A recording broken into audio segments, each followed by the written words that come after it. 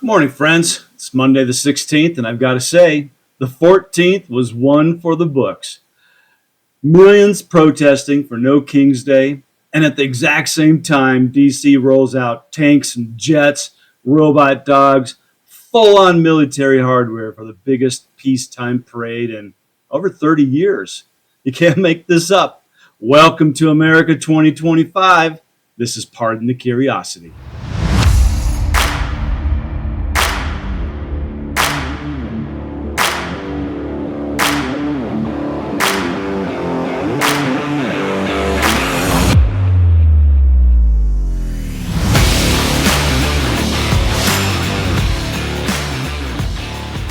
Well, let's start with the protests. Over 2,000 cities saw demonstrations on Saturday. And what were they protesting exactly? Honestly, I'm still not sure. But apparently democracy died, fascism rose, and the world ended.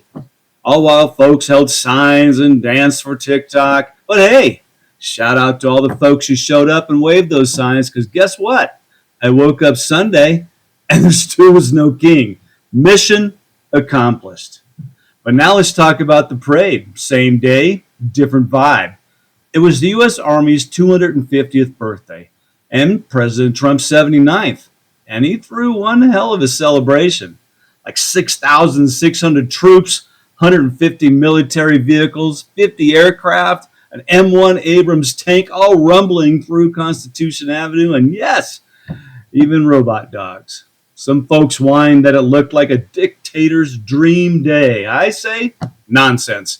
As a Navy veteran, let me tell you something. It felt damn good to see a president who actually honors our military, who's proud of our history, and who doesn't apologize for our strength. This wasn't just for show. Ukraine, Russia, Iran, Israel, they're all watching. And what they saw wasn't a birthday bash. They saw the might of the American sword. They saw readiness, power, unity. And yeah, you bet it sent a message. Because in a world unraveling at the seams, projecting strength matters. Peace through strength is still the best strategy we've got. We finally have a president who puts the military front and center, and as someone who wore the uniform, I'll say it proudly, about damn time. Well, let's jump over to Air India. What a tragedy. Over 240 lives lost. Chatted with my pilot buddy, and we talked this one through at length over the weekend. And honestly, we both arrive at the same conclusion, that it looks like pilot error. But hey, I'll wait for the black box to confirm it before I start pointing fingers.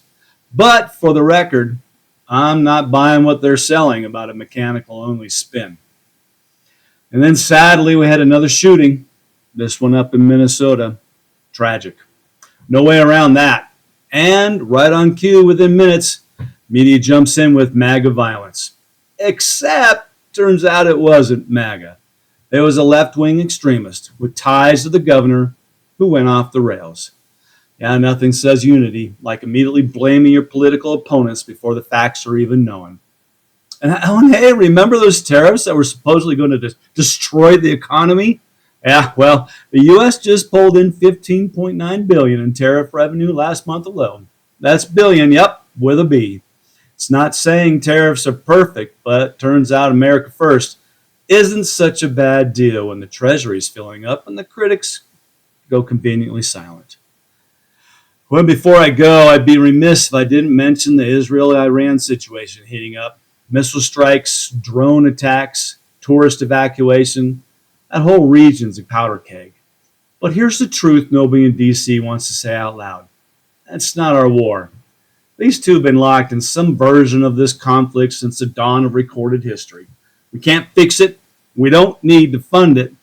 And most importantly, we damn sure shouldn't bleed for it. Let them handle their ancient feud. We've got enough on our plate. So let's wrap it up. Saturday was America and split screen. Parades on one side, protests on the other. Somewhere in between, the rest of us just trying to make sense of it all. And so there you have it. A weekend full of tanks, tantrums, tragedy, and tariffs. We may not have a king, but we've still got plenty of clowns. So, in today's circus of noise and nonsense, that's revolutionary enough.